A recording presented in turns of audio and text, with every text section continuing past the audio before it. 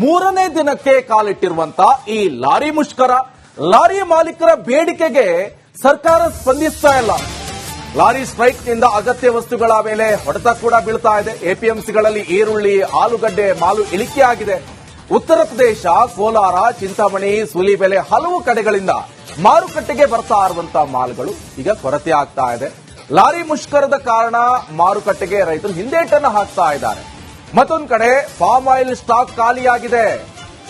ಇದರಿಂದ 130 ರೂಪಾಯಿ ಇರುವಂತಹ ಎಣ್ಣೆ ದರ ಈಗ 140 ರೂಪಾಯಿಗೆ ಏರಿಕೆ ಆಗಿದೆ. ಪ್ರತಿದಿನ 24ರಿಂದ 30 ಸಾವಿರ ಈರುಳ್ಳಿ ಮೂಟೆಗಳು ಬರ್ತಾ ಇತ್ತು. ಆದ್ರೀಗ 15ರಿಂದ 17 ಸಾವಿರ ಮೂಟೆಗಳು ಬರ್ತಾ ಇವೆ.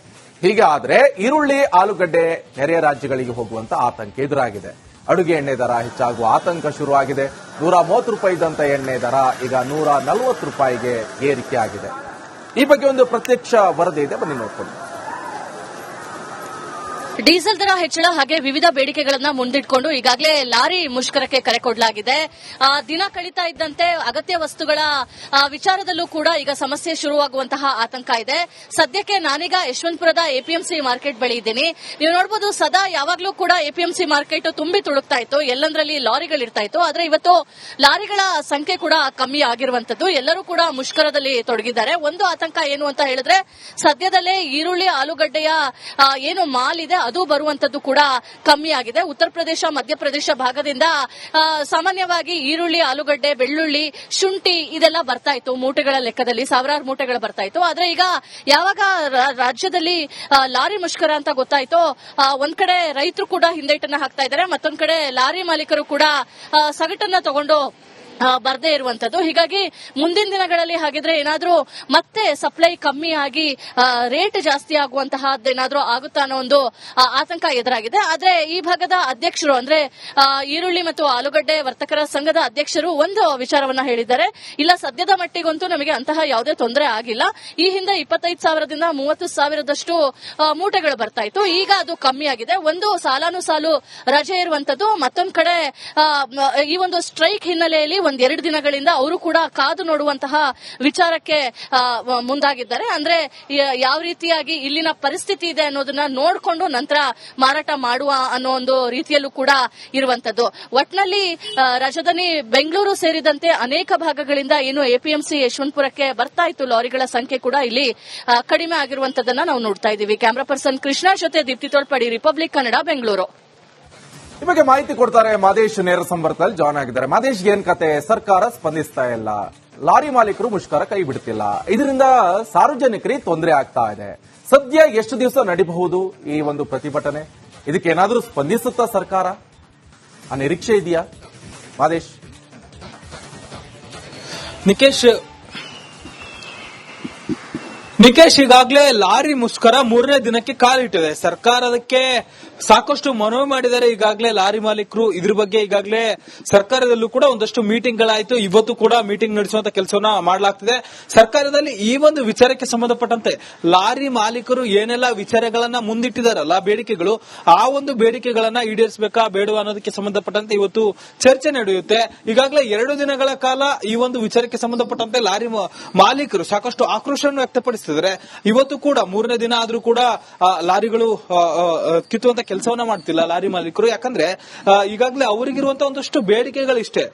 ಒಂದು, ಡೀಸೆಲ್ ರೇಟ್ ಅನ್ನ ಕಮ್ಮಿ ಮಾಡಬೇಕು, ಹೈಕ್ ಮಾಡಿರುವಂತದ್ದನ್ನ ಕಮ್ಮಿ ಮಾಡಬೇಕು. ಜೊತೆಗೆ ಆರ್ಟಿಒ ಅಧಿಕಾರಿಗಳು ಏನ್ ಕಿರುಕುಳ ಕೊಡ್ತಿದ್ರಲ್ಲ ಅದರ ಬಗ್ಗೆ ಗಮನ ವಹಿಸಬೇಕು. ಜೊತೆಗೆ ಟೋಲ್ ಪ್ಲಾಜಾಗಳಲ್ಲಿ ಸಾಕಷ್ಟು ಏರಿಕೆಯನ್ನು ಮಾಡಲಾಗ್ತಿದೆ. ಟೋಲ್ ನಲ್ಲಿ ಸಾಕಷ್ಟು ಪ್ರೈಸ್ ಅನ್ನ ಮಾಡಲಾಗಿದೆ. ಅಲ್ಲೂ ಕೂಡ ಟೋಲ್ ಶುಲ್ಕಗಳನ್ನು ಕೂಡ ಕಮ್ಮಿ ಮಾಡುವಂತ ಕೆಲಸವನ್ನ ಮಾಡಬೇಕು. ಜೊತೆಗೆ ಔಟ್ಸ್ಕರ್ಟ್ ಗಳಲ್ಲಿ ಚೆಕ್ ಪೋಸ್ಟ್ ಗಳನ್ನ ಹಾಕಿ ಪೊಲೀಸರು ಕಿರುಕುಳ ಕೊಡ್ತಿದ್ದಾರೆ. ಸಾಕಷ್ಟು ಹಣ ನಮಗೆ ವ್ಯತ್ಯಯ ಆಗ್ತಿದೆ. ಈಗಾಗಲೇ ಈ ಒಂದು ಕಾರಣಗಳಿಂದಾಗಿ ಸಾಕಷ್ಟು ತೊಂದರೆಗಳನ್ನ ಅನುಭವಿಸುತ್ತಿದ್ದೇವೆ ಅಂತೇಳಿ ಲಾರಿ ಮಾಲೀಕರು ಮುಷ್ಕರವನ್ನ ಕರೆ ನೀಡಿದ್ದಾರೆ. ಇದರ ಜೊತೆಗೆ ಈ ಒಂದು ಎಫೆಕ್ಟ್ ನಿಂದ 3 ದಿನಗಳಿಂದಲೂ ಕೂಡ ಲಾರಿ ಮುಷ್ಕರ ಇರೋದ್ರಿಂದ ಎಪಿಎಂಸಿ ಮಾರ್ಕೆಟ್ಗೆ ಬರುವಂತಹ ಒಂದಷ್ಟು ಮಾಲ್ಗಳಲ್ಲಿ ಸಾಕಷ್ಟು ವ್ಯತ್ಯಯ ಆಗ್ತಿದೆ.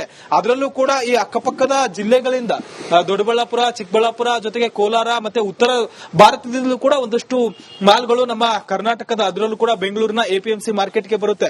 ಆಲೂಗಡ್ಡೆ ಆಗಿರ್ಬೋದು, ಬೇಳೆಗಳಾಗಿರ್ಬೋದು, ತರಕಾರಿ ಆಗಿರ್ಬೋದು, ಈ ರೀತಿ ಬೇರೆ ಬೇರೆ ಊರುಗಳಿಂದ ಬರುವಂತದ್ದನ್ನ ಈ ರೀತಿಯಾದಂತಹ ಟ್ರಕ್ಗಳು, ಚಿಕ್ಕ ಚಿಕ್ಕ ಟ್ರಕ್ಗಳು ಮತ್ತೆ ಲಾರಿಗಳಲ್ಲಿ ಅವುಗಳನ್ನು ತರುವಂತ ಕೆಲಸವನ್ನ ಮಾಡಲಾಗುತ್ತೆ. ಆದ್ರೆ 3 ದಿನಗಳಿಂದ ಕೂಡ ಲಾರಿಗಳು ಮತ್ತೆ ಟ್ರಕ್ಗಳು, ಸಣ್ಣ ಪುಟ್ಟ ಟ್ರಕ್ಗಳು ಮತ್ತೆ ಅಪ್ಪೆ ಆಟೋಗಳು, ಇವೆಲ್ಲವನ್ನು ಕೂಡ ಗೂಡ್ಸ್ ವಾಹನಗಳು, ಇವೆಲ್ಲರೂ ಕೂಡ ಈ ಒಂದು ಮುಷ್ಕರಕ್ಕೆ ಸಪೋರ್ಟ್ ಮಾಡಿರೋದ್ರಿಂದ ಬೇರೆ ಊರುಗಳಿಂದ ದವಸ ಧಾನ್ಯಗಳಾಗಿರ್ಬೋದು ಮತ್ತೆ ಐಟಮ್ಗಳು, ದಿನನಿತ್ಯ ಜನರು ಬಳಸುವಂತಹ ವಸ್ತುಗಳು ಏನೆಲ್ಲ ಇದೆ, ಬೇಳೆಗಳಾಗಿರ್ಬೋದು, ತರಕಾರಿ ಆಗಿರ್ಬೋದು, ಅಕ್ಕಿಗಳಾಗಿರ್ಬೋದು, ಜೊತೆಗೆ ಈ ಕನ್ಸ್ಟ್ರಕ್ಷನ್ ಫೀಲ್ಡ್ ನಲ್ಲಿ ಬಳಸುವಂತಹ ಮೆಟೀರಿಯಲ್ಸ್ ಗಳೇನಿದೆ, ಮಣ್ಣಾಗಿರ್ಬೋದು, ಮಣ್ಣು, ಸಿಮೆಂಟ್, ರಾಡ್ಗಳು, ಇವೆಲ್ಲವನ್ನು ಕೂಡ ಟ್ರಾನ್ಸ್ಪೋರ್ಟ್ ಮಾಡೋದಕ್ಕೆ ಈ ರೀತಿಯಾದಂತಹ ಲಾರಿಗಳು ಮತ್ತೆ ಗೂಡ್ಸ್ ವಾಹನಗಳು ಪ್ರತಿಮುಖ್ಯ ಪಾತ್ರವನ್ನ ವಹಿಸುತ್ತೆ. ಆದ್ರೆ ಲಾರಿ ಮುಷ್ಕರ ಇರುವಂತ ಹಿನ್ನೆಲೆಯಲ್ಲಿ ಈಗ ಆ ಎಲ್ಲ ಕೆಲಸಗಳಲ್ಲಿ ಸಾಕಷ್ಟು ವ್ಯತ್ಯಯ ಆಗ್ತಿದೆ. ಅದರಿಂದ ಸಾರ್ವಜನಿಕರು ಒಂದಷ್ಟು ಕಡೆ ಈ ಅಗತ್ಯ ವಸ್ತುಗಳು ಸಿಗ್ತಿದೆ, ಆದ್ರೆ ಮತ್ತೊಂದಷ್ಟು ಕಡೆ ಎಲ್ಲಿ ಸಪ್ಲೈ ಆಗ್ತಿಲ್ಲ ಅಲ್ಲೆಲ್ಲವೂ ಕೂಡ ಜನರಿಗೆ ತೊಂದರೆ ಆಗ್ತಿದೆ. ಸದ್ಯಕ್ಕೆ ಇರುವಂತಹ ಸ್ಟಾಕ್ ಗಳಿಗೆ ಮ್ಯಾನೇಜ್ ಆಗ್ತಿದೆ, ಆದ್ರೆ ಹೊಸ ಸ್ಟಾಕ್ಗಳು ಎಲ್ಲೂ ಕೂಡ ಬರ್ತಿಲ್ಲ. ಇದೇ ರೀತಿಯಾಗಿ ಈ ಒಂದು ಮುಷ್ಕರ ಮುಂದುವರೆದ್ರೆ ಸಾರ್ವಜನಿಕರಿಗೆ ಅಗತ್ಯ ವಸ್ತುಗಳು ಸಿಗುವಂತದ್ರಲ್ಲಿ ಸಾಕಷ್ಟು ವ್ಯತ್ಯಯ ಉಂಟಾಗುವಂತ ಸಾಧ್ಯತೆ ಇದೆ. ಸದ್ಯಕ್ಕೆ ಒಂದು ಮುಷ್ಕರಕ್ಕೆ ಸಂಬಂಧಪಟ್ಟಂತೆ ಇವತ್ತು ರಾಜ್ಯ ಸರ್ಕಾರ ಒಂದು ಸಭೆಯನ್ನ ನಡೆಸುತ್ತೆ. ಆ ಸಭೆಯಲ್ಲಿ ಲಾರಿ ಮಾಲೀಕರ ಸಂಘದವರು ಕೂಡ ಇರ್ತಾರೆ. ಈ ಒಂದು ಸಭೆಯಲ್ಲಿ ಏನೆಲ್ಲ ಆಗುತ್ತೆ, ಇವತ್ತು ಲಾರಿ ಮಾಲೀಕರ ಒಂದು ಬೇಡಿಕೆಗಳಿಗೆ ಸರ್ಕಾರ ಒಪ್ಪುತ್ತಾ ಇಲ್ವಾ, ಮುಂದಿನ ಆದೇಶ ಏನಾಗುತ್ತೆ, ಈ ಮುಷ್ಕರ ಇವತ್ತು ನಿಲ್ಲುತ್ತಾ ಅಥವಾ ಮುಂದುವರಿಯುತ್ತಾ ಅನ್ನೋದನ್ನ ಕಾದ್ ನೋಡ್ಬೇಕಿದೆ. Nikesh. Okay, thank you Madesh ನಿಮ್ಮೆಲ್ಲ ಡೀಟೇಲ್ಸ್. 3ನೇ ದಿನಕ್ಕೆ ಕಾಲಿಟ್ಟಿರುವಂತ ಈ ಲಾರಿ ಮುಷ್ಕರ, ಲಾರಿ ಮಾಲೀಕರ ಬೇಡಿಕೆಗೆ ಸರ್ಕಾರ ಸ್ಪಂದಿಸ್ತಾ ಇಲ್ಲ. ಲಾರಿ ಸ್ಟ್ರೈಕ್ ನಿಂದ ಅಗತ್ಯ ವಸ್ತುಗಳ ಮೇಲೆ ಹೊಡೆತ ಕೂಡ ಬೀಳ್ತಾ ಇದೆ. ಎಪಿಎಂಸಿಗಳಲ್ಲಿ ಈರುಳ್ಳಿ, ಆಲೂಗಡ್ಡೆ ಮಾಲು ಇಳಿಕೆ ಆಗಿದೆ. ಉತ್ತರ ಪ್ರದೇಶ, ಕೋಲಾರ, ಚಿಂತಾಮಣಿ, ಸೂಲಿಬೆಲೆ ಹಲವು ಕಡೆಗಳಿಂದ ಮಾರುಕಟ್ಟೆಗೆ ಬರ್ತಾ ಇರುವಂತಹ ಮಾಲ್ಗಳು ಈಗ ಕೊರತೆ ಆಗ್ತಾ ಇದೆ. ಲಾರಿ ಮುಷ್ಕರದ ಕಾರಣ ಮಾರುಕಟ್ಟೆಗೆ ರೈತರು ಹಿಂದೇಟನ್ನ ಹಾಕ್ತಾ ಇದ್ದಾರೆ. ಮತ್ತೊಂದು ಕಡೆ ಪಾಮ್ ಆಯಿಲ್ ಸ್ಟಾಕ್ ಖಾಲಿಯಾಗಿದೆ.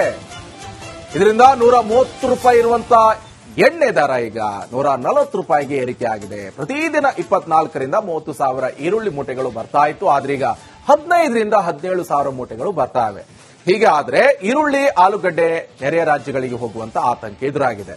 ಅಡುಗೆ ಎಣ್ಣೆ ದರ ಹೆಚ್ಚಾಗುವ ಆತಂಕ ಶುರುವಾಗಿದೆ. 130 ರೂಪಾಯಿ ಇದ್ದಂತ ಎಣ್ಣೆ ದರ ಈಗ 140 ರೂಪಾಯಿಗೆ ಏರಿಕೆ ಆಗಿದೆ. ಈ ಬಗ್ಗೆ ಒಂದು ಪ್ರತ್ಯಕ್ಷ ವರದಿ ಇದೆ, ಬನ್ನಿ ನೋಡ್ಕೊಳ್ಳಿ. ಡೀಸೆಲ್ ದರ ಹೆಚ್ಚಳ ಹಾಗೆ ವಿವಿಧ ಬೇಡಿಕೆಗಳನ್ನ ಮುಂದಿಟ್ಕೊಂಡು ಈಗಾಗಲೇ ಲಾರಿ ಮುಷ್ಕರಕ್ಕೆ ಕರೆ ಕೊಡಲಾಗಿದೆ.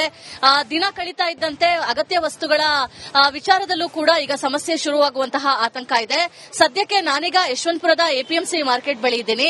ನೀವು ನೋಡಬಹುದು, ಸದಾ ಯಾವಾಗ್ಲೂ ಕೂಡ ಎಪಿಎಂಸಿ ಮಾರ್ಕೆಟ್ ತುಂಬಿ ತುಳುಕ್ತಾ ಇತ್ತು, ಎಲ್ಲಂದ್ರಲ್ಲಿ ಲಾರಿಗಳು ಇರ್ತಾ ಇತ್ತು. ಆದ್ರೆ ಇವತ್ತು ಲಾರಿಗಳ ಸಂಖ್ಯೆ ಕೂಡ ಕಮ್ಮಿ ಆಗಿರುವಂತದ್ದು. ಎಲ್ಲರೂ ಕೂಡ ಮುಷ್ಕರದಲ್ಲಿ ತೊಡಗಿದ್ದಾರೆ. ಒಂದು ಆತಂಕ ಏನು ಅಂತ ಹೇಳಿದ್ರೆ, ಸದ್ಯದಲ್ಲೇ ಈರುಳ್ಳಿ, ಆಲೂಗಡ್ಡೆಯ ಏನು ಮಾಲ್ ಇದೆ ಅದು ಬರುವಂತದ್ದು ಕೂಡ ಕಮ್ಮಿ ಆಗಿದೆ. ಉತ್ತರ ಪ್ರದೇಶ, ಮಧ್ಯಪ್ರದೇಶ ಭಾಗದಿಂದ ಸಾಮಾನ್ಯವಾಗಿ ಈರುಳ್ಳಿ, ಆಲೂಗಡ್ಡೆ, ಬೆಳ್ಳುಳ್ಳಿ, ಶುಂಠಿ ಇದೆಲ್ಲ ಬರ್ತಾ ಇತ್ತು. ಮೂಟೆಗಳ ಲೆಕ್ಕದಲ್ಲಿ ಸಾವಿರಾರು ಮೂಟೆಗಳು ಬರ್ತಾ ಇತ್ತು. ಆದ್ರೆ ಈಗ ಯಾವಾಗ ರಾಜ್ಯದಲ್ಲಿ ಲಾರಿ ಮುಷ್ಕರ ಅಂತ ಗೊತ್ತಾಯ್ತೋ, ಒಂದ್ ಕಡೆ ರೈತರು ಕೂಡ ಹಿಂದೇಟನ್ನ ಹಾಕ್ತಾ ಇದ್ದಾರೆ, ಮತ್ತೊಂದ್ ಕಡೆ ಲಾರಿ ಮಾಲೀಕರು ಕೂಡ ಸಗಟನ್ನ ತಗೊಂಡು ಬರ್ದೇ ಇರುವಂತದ್ದು. ಹೀಗಾಗಿ ಮುಂದಿನ ದಿನಗಳಲ್ಲಿ ಹಾಗಿದ್ರೆ ಏನಾದ್ರೂ ಮತ್ತೆ ಸಪ್ಲೈ ಕಮ್ಮಿ ಆಗಿ ರೇಟ್ ಜಾಸ್ತಿ ಆಗುವಂತಹದ್ದೇನಾದ್ರೂ ಆಗುತ್ತಾ ಅನ್ನೋ ಒಂದು ಆತಂಕ ಎದುರಾಗಿದೆ. ಆದ್ರೆ ಈ ಭಾಗದ ಅಧ್ಯಕ್ಷರು, ಅಂದ್ರೆ ಈರುಳ್ಳಿ ಮತ್ತು ಆಲೂಗಡ್ಡೆ ವರ್ತಕರ ಸಂಘದ ಅಧ್ಯಕ್ಷರು ಒಂದು ವಿಚಾರವನ್ನ ಹೇಳಿದ್ದಾರೆ. ಇಲ್ಲ, ಸದ್ಯದ ಮಟ್ಟಿಗಂತೂ ನಮಗೆ ಅಂತಹ ಯಾವುದೇ ತೊಂದರೆ ಆಗಿಲ್ಲ. ಈ ಹಿಂದೆ 25 ಸಾವಿರದಿಂದ 30 ಸಾವಿರದಷ್ಟು ಮೂಟೆಗಳು ಬರ್ತಾ ಇತ್ತು, ಈಗ ಅದು ಕಮ್ಮಿ ಆಗಿದೆ. ಒಂದು ಸಾಲಾನುಸಾಲು ರಜೆ ಇರುವಂತದ್ದು, ಮತ್ತೊಂದು ಕಡೆ ಈ ಒಂದು ಸ್ಟ್ರೈಕ್ ಹಿನ್ನೆಲೆಯಲ್ಲಿ 1-2 ದಿನಗಳಿಂದ ಅವರು ಕೂಡ ಕಾದು ನೋಡುವಂತಹ ವಿಚಾರಕ್ಕೆ ಮುಂದಾಗಿದ್ದಾರೆ. ಅಂದ್ರೆ ಯಾವ ರೀತಿಯಾಗಿ ಇಲ್ಲಿನ ಪರಿಸ್ಥಿತಿ ಇದೆ ಅನ್ನೋದನ್ನ ನೋಡಿಕೊಂಡು ನಂತರ ಮಾರಾಟ ಮಾಡುವ ಅನ್ನೋ ಒಂದು ರೀತಿಯಲ್ಲೂ ಕೂಡ ಇರುವಂತದ್ದು. ಒಟ್ನಲ್ಲಿ ರಾಜಧಾನಿ ಬೆಂಗಳೂರು ಸೇರಿದಂತೆ ಅನೇಕ ಭಾಗಗಳಿಂದ ಏನು ಎಪಿಎಂಸಿ ಯಶವಂತಪುರಕ್ಕೆ ಬರ್ತಾ ಇತ್ತು ಲಾರಿಗಳ ಸಂಖ್ಯೆ ಕೂಡ ಇಲ್ಲಿ ಕಡಿಮೆ ಆಗಿರುವಂತದನ್ನ ನಾವು ನೋಡ್ತಾ ಇದ್ದೀವಿ. ಕ್ಯಾಮರಾ ಪರ್ಸನ್ ಕೃಷ್ಣ ಜೊತೆ ದೀಪ್ತಿ ತೋಳ್ಪಡಿ, ರಿಪಬ್ಲಿಕ್ ಕನ್ನಡ.